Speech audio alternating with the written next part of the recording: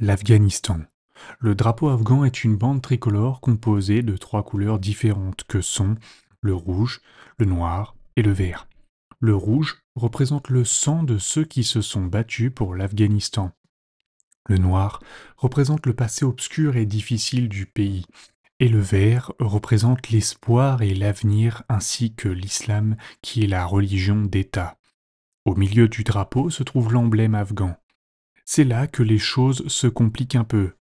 Sur l'emblème figure une mosquée avec deux petits drapeaux afghans miniatures sur le côté, ce qui, soit dit en passant, fait de l'Afghanistan l'un des deux seuls pays au monde à posséder un drapeau avec des versions miniatures de son propre drapeau sur son drapeau.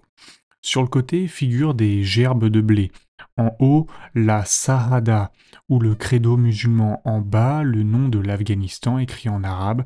Et en haut, l'année 1298 écrite en chiffres arabes, ce qui, dans le calendrier grégorien standard, correspond à 1919, année où l'Afghanistan a été libéré de son statut de protectorat britannique et est devenue une nation souveraine internationalement reconnue, connue sous le nom d'Afghanistan. En termes de géographie politique, l'Afghanistan est situé dans la région de l'Asie centrale, entouré de 6 autres pays. Techniquement 7 si l'on considère que la région du Jammu-Cachemire fait partie de l'Inde. Mais le Pakistan vous dira que c'est pas le cas. Mais on en reparlera dans une autre vidéo. Quand on regarde la forme de l'Afghanistan, on a l'impression qu'il s'agit d'une grosse tache amorphe au milieu de nulle part. Mais quand on regarde au nord-est, on commence à voir cette longue et étroite bande de terre qui s'étend jusqu'à la chaîne de montagnes de l'Hindu Kush. On peut se demander pourquoi l'Afghanistan a cette longue bande de terre. En fait, techniquement, c'est à cause de l'Angleterre et de la Russie. Dans les années 1800, les Britanniques et les Russes s'affrontaient pour savoir qui serait en mesure de constituer le plus grand empire mondial en termes de colonisation et d'influence. La Russie s'est emparée de ce qu'on appelle aujourd'hui les pays d'Asie centrale, tels que le Kazakhstan, le Tadjikistan et l'Ouzbékistan, tandis que les Britanniques ont pris le contrôle de nombreuses régions d'Asie du Sud, telles que l'Inde, le Bangladesh et le Pakistan. En ce qui concerne l'Afghanistan, les choses ont été un peu plus difficiles, car le peuple afghan ne voulait vraiment pas être pris en charge.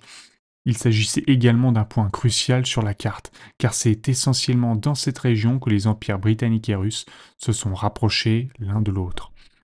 Les Britanniques ont fini par prendre le pouvoir à la fin du XIXe siècle à la grande réticence des Afghans. Cependant, ils devaient encore distinguer les frontières entre l'Afghanistan et les autres nations de l'Empire. Pour le Pakistan, ou à l'époque l'Inde britannique, les Britanniques ont décidé d'utiliser la ligne Durand, et pour l'Empire russe, ils ont décidé d'utiliser les fleuves Panj et Palmyre. Le fait est que lorsque les deux empires ont tracé ces lignes, ils ne se sont techniquement pas touchés au nord-est et ont laissé une immense, longue et étroite zone tampon, aujourd'hui connue sous le nom de corridor de Wakhan. Par défaut, cette zone a été attribuée à l'Afghanistan et à ce jour, le corridor de Wakhan joue un rôle crucial dans la géographie de l'Afghanistan, car pour une très très petite frontière d'environ 20 miles, à l'extrémité du corridor de Wakhan se trouve une frontière avec la Chine. Je sais qu'une distance de 20 miles semble pas très importante, mais dans le monde de l'analyse politique, c'est très important. En ce qui concerne la géographie physique, l'Afghanistan dispose d'une vaste gamme de paysages différents. Toutefois, la majeure partie du pays est montagneuse, la chaîne de montagnes de l'Hindu Kush dominant les régions du nord-est et du centre du pays.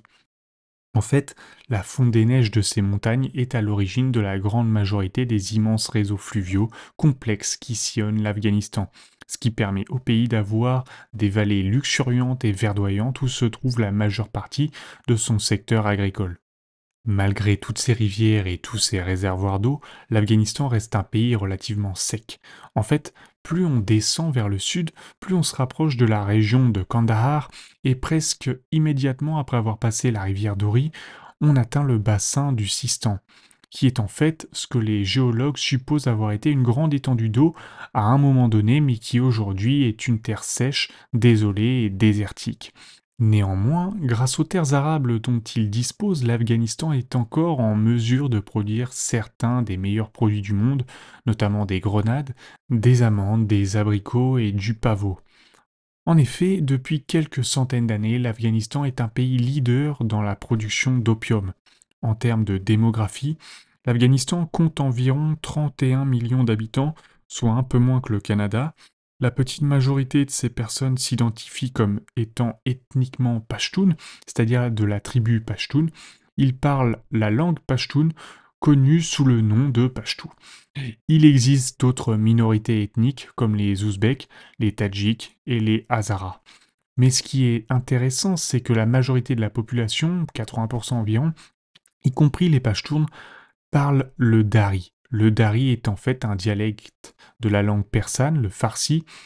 Cela signifie que quelqu'un qui parle le dari peut voyager indifféremment entre l'Afghanistan et l'Iran sans vraiment avoir de problème pour se faire comprendre. L'Afghanistan a également une façon très intéressante d'interagir avec les autres pays.